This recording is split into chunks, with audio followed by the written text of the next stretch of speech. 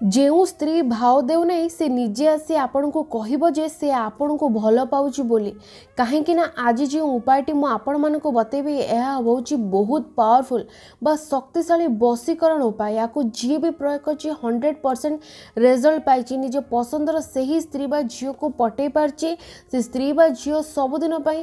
तार दीवानी हो जाइए। तेबे यही उपायटी को केमिति करेंगे क्यों समय करेंगे सबकि मु आज डिटेल आपण मानक बतेबी। मोर केवल आपण मानक गोटे अनुरोध ये वीडियोटी को स्किप न करी मूलरू शेष जाए देखिए देखिपे मोठारे जावाई लाइटरटी आनी सेहीपरि आपण मैंने चाहिए लाइटर किंबा आपण दिएसएल आनिबे साधा कागज आनिबे कला रंगर पेन किंबा मार्कर आनिबे मु जेमिति आज आपण मानकु एई वीडियो माध्यम जहाँ भी बतेबी पूरा सेहीपरि आपण को एई उपायटी को प्रयोग करिवार अछि। नमस्कार फ्रेंड्स, ओडिया फंडा चैनल को आपण मानकु स्वागत। तेबे आपण समस्ते मने मने केउ न केउ विवाहित स्त्री बा झियो को पसंद करथिबे ता सहित कथा हबा को चेष्टा करथिबे किंतु से आपण को देखिले दूरे दउची इग्नोर करूची किंबा आपण को देखिले से जमारू भाव देउ नै हुए तो आपण से स्त्री बा झियो सहित रिलेशनशिप रे नाहांती केवल एक तरफा प्रेम करछन्ते किंबा आपण ता सहित रिलेशनशिप रे थाई मध्य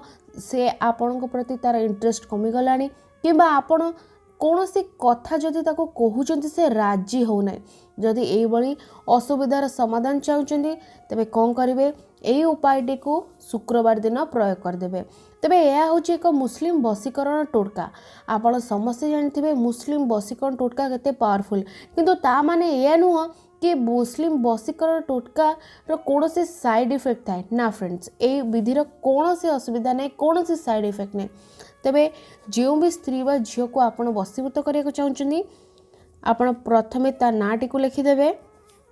मनकर ता ना हूँ दीपा ये प्लस चिन्ह देवे तापर ये आपण निजर ना लिखे मनकर आपण ना हूँ राजू यहीपरि ना लिखला तले गोटे बॉक्स बनइबे यह हूँ आमर जंत्र। तेबे आपण समस्ते जानते मुस्लिम वशीकरण दुनिया सबुठ पावरफुल संख्या कौन जदि भी आपण जानी ना किसी असुविधा नहीं मोटा लिख दूची 786 एतिकी लिखला परे ता तले आपण गोटे बॉक्स बनइबे जहाँ भितर आम आज वशीकरण मंत्र को लिखिया। तेबे ए बॉक्स भितर आपण कौन लिखिबे सल्लल्लाहु ताला अलैहि वसल्लम। तेबे एहीपरि आपण मंत्र लिखिबे केवल एतिकी जिनस आपण को कागज ऊपर लिखिबार अछि। आपण माने चाहिए स्क्रीनशॉट मध्य करि पारंती संपूर्ण रूपे एतिकी जिनस लिखला परे सामने रे कागजटी को रखिबे आखि बंद करबे 2-3 मिनिट आपण को पूरा ध्यान सहित सही स्त्री व झियो कथा भाबिबार अछि जहा को आपण वशीभूत करिया को चाहुचंदी ता विषय भाबिबे कोन पई आपण ताको वशीभूत करिया को चाहुचंदी कोन काम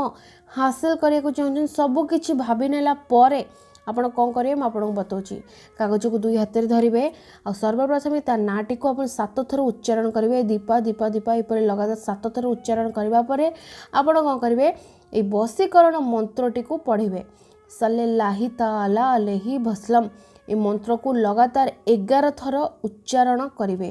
11 थर पढ़ला परे तापरे आपण निजर नाटी को 7 थर उच्चारण करेंगे राजू राजू राजू यहीपर 7 थर उच्चारण करेंगे। तापरे आपण को गोटे छोटिया काम करार अच्छी कौन करेंगे मुझे कहूँ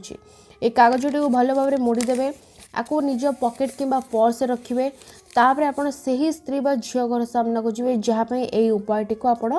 प्रयोग करचंदी सेटा को पहुँचला परे कागज को पर्स किंबा पॉकेट जो भी रखिचंती ताकू काढ़ीबे तापरे कागज को खोलिकी कौन करेंगे ता घर को लेके मंत्रटी को पुणी आपण 11 थर उच्चारण करके पढ़े तापरे कौन करेंगे जो सांगरे दियासिल किंबा लाइटर नहीं जाइए ता घर को अनेक आपन को केवल ए कागज को जलैबार अच्छी देखो कागजटी एपटे जलिबार लगिला सेपटे से स्त्री बा झील पर प्रभाव पड़ा आरंभ हो एवं से धीरे धीरे आपण आड़ को आकर्षित हो प्रभावित होइकी केवल 24 घंटा मध्य आपण प्रेम रे दीवानी हो जीवो आपणकर प्रत्येकटी कथा मानिबारे लागिवो। तेबे मने रखंतु फ्रेंड्स ये उपायटी को आपण केवल शुक्रवार दिन कर परिबे